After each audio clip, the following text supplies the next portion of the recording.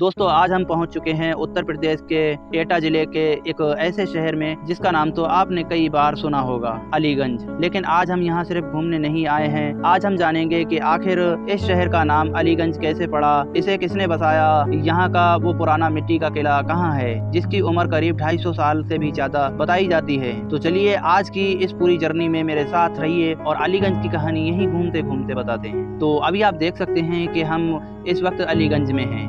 आज यहाँ आपको आम शहर की तरह बाजार, दुकानें, सड़कें और लोगों के रोजमर्रा की जिंदगी दिखाई दे रही है। लेकिन आज हम करीब 270 से 280 साल पीछे जाएं तो उस समय ये इलाका आज जैसा बिल्कुल नहीं था, क्योंकि अलीगंज की कहानी शुरू होती है सन 1747 से। इतिहास में जो जानकारी मिलती है उसके मुताबिक 1747 ईस्वी में याकूत खान ने इस जगह को बसाया था।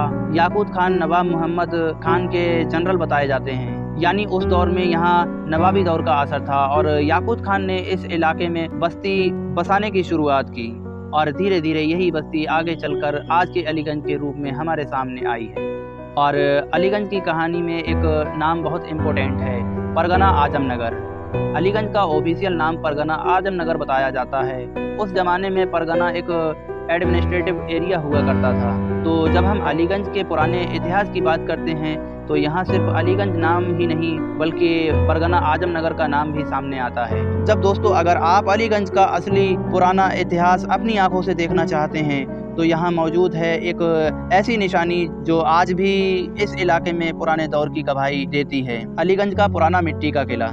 तो चलिए आपको लेकर चलते हैं। तो दोस्तों अब हम उस जगह पर पहुंच चुके हैं जहां उस पुराने किले के अवशेष मौजूद हैं। आपके सामने जो मिट्टी की ऊंची ऊंची संरचनाएं और बुर्ज जैसे हिस्से दिखाई दे रहे हैं, ये कोई आज की बनाई हुई चीज नहीं है।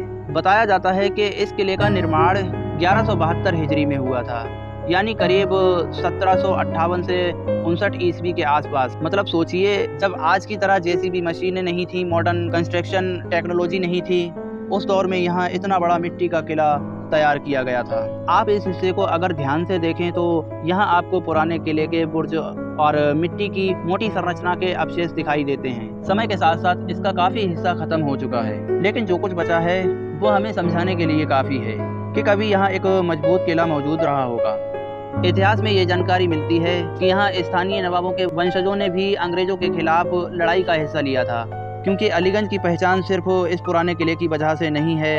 अगर आप अलीगंज के बारे में थोड़ा और जानेंगे तो आपको इसकी और ख़ास पहचानें मिलेंगी। यहाँ के बेर, जी हाँ, अलीगंज को सिटी ऑफ पलम्स यानी बेरों का शहर भी कहा जाता है। तो एक तरफ यहाँ आपको सैकड़ों साल पुराना इतिहास देखने को मिलता है और दूसरी तरफ यहाँ की अपनी लोकल पहचान और बेरों की वजह से भी अलीगंज जाना जाता है। अलीगंज की अगर आबादी की बात करें तो यहाँ 2011 की जनगणना के मुताबिक 28,396 लोग रहते हैं। करीब 53% पुरुष हैं और 47% महिलाएं हैं। और वहीं अगर हम बात करें तो यहाँ पर हिंदी बहुत ज़्यादा बोली जाती है। दोस्तों ये था हमारा छोटा सा ऐतिहासिक ब्लॉग। तो अभी आप हमारी वीडियो को लाइक करें और चैनल को सब्सक्राइब करें, और अगर आप इंस्टाग्राम फेसबुक पर देख रहे हैं तो वहाँ हमें फॉलो कर लें। लेकिन साथ ही साथ आप कमेंट में ये भी बताएं कि आप अगला ऐतिहासिक ब्लॉग किस जगह, किस शहर, किस गांव का देखना चाहते हैं। तो मिलते हैं अगली वीडियो में। Thank you.